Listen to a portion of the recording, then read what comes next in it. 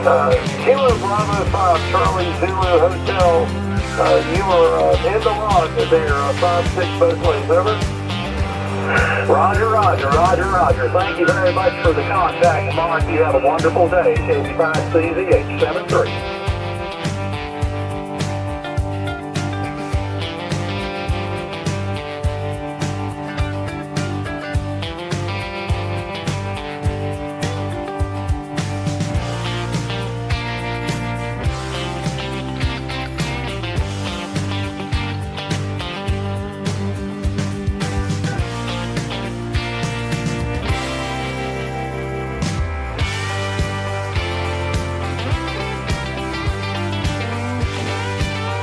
Thanks for one hotel community. Good luck. So this is Whiskey 3 Golf Hotel. To see you Winter Field Day. Welcome back, folks.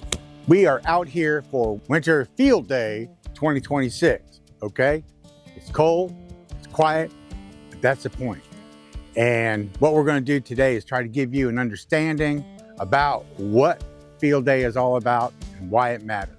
You know, when the power goes out, there's no cell towers.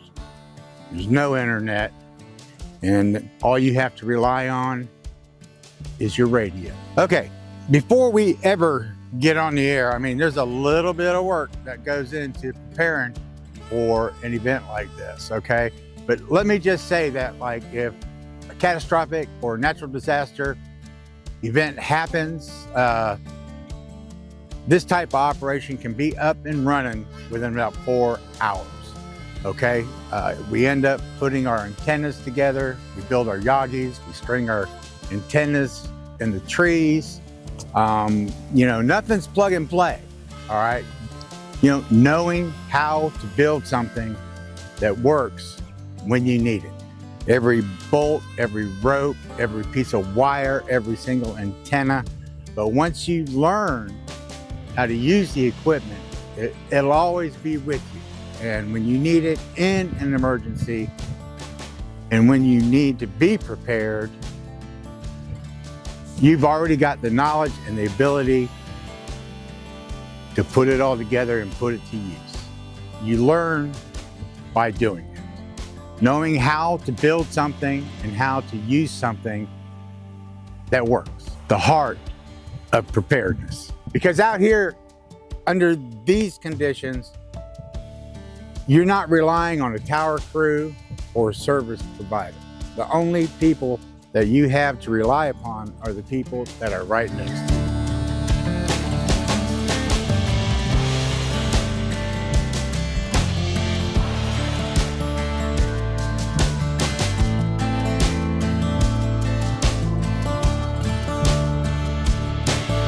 Down in there for us here, US 3051. Stand by. Howdy, I'm Doug with the Sportsman's Paradise Amateur Radio Club. Call sign is K4GKJ, and we're here to talk about a portable tower. This particular tower behind me is designed to go about 100 foot. It belongs to the Wakulla County Sheriff's Department, but they allow us to use it primarily because we help them an awful lot in the effort of setting it up in emergencies. Those emergencies, if it's ever needed, when bad things happen with their communication systems or weather events or what have you. We've used it for our winter field days and our summer field days, and even a international space station contact for some kids at a elementary school. Good partnership with the Wakulla Sheriff's Department, and we enjoy that with them.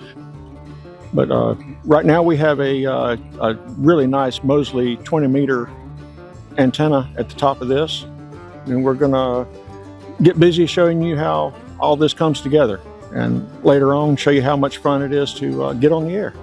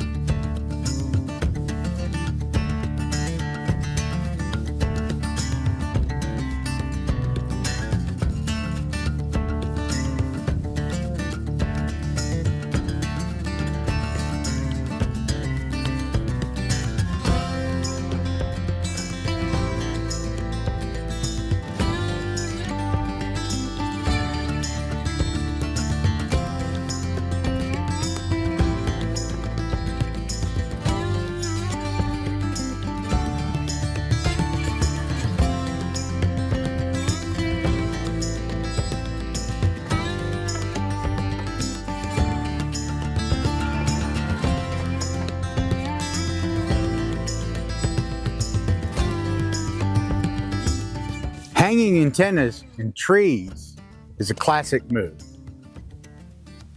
And it works. And anybody can do it.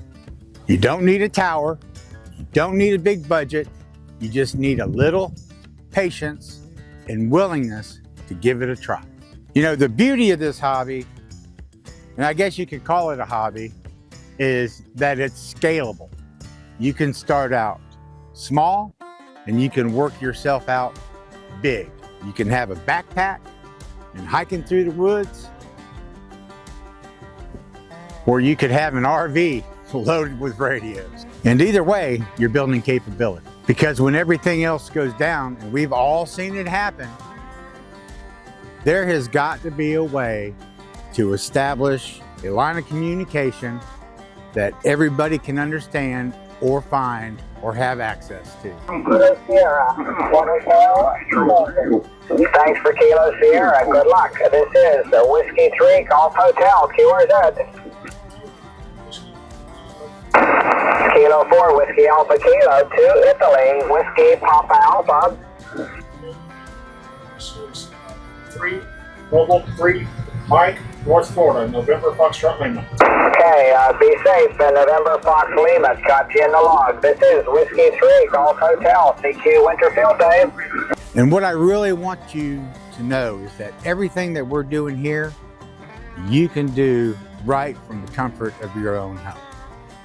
With the small antenna, wire antenna out back, strung up in the trees, small radio sitting on your desk, you'll have access to the same network that we're setting up out here today. Down in there for us here at US 3051.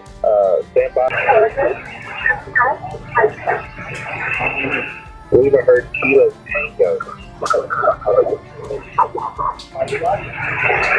Give me the rest of your call time, please. I got Kilo Tango, question mark, question mark. I know I've been talking to you a lot about, you know, why it's important that you have a ham radio. I mean, you know, honestly and truly, if you don't want one, I mean, that's perfectly fine with me. But I'm really just trying to emphasize, I guess, a certain point. One is that if you are kind of like in the preparedness mindset and you're overlooking this, this is something that you don't want to push off to the side.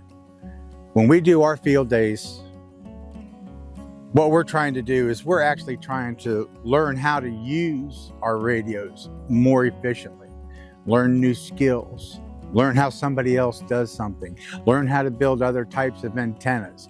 You know, some thing that somebody knows that's been around for decades can teach you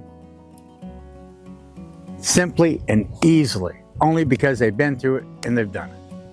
Being prepared doesn't mean heading out to the woods, okay? You can do this from the comfort of your own home.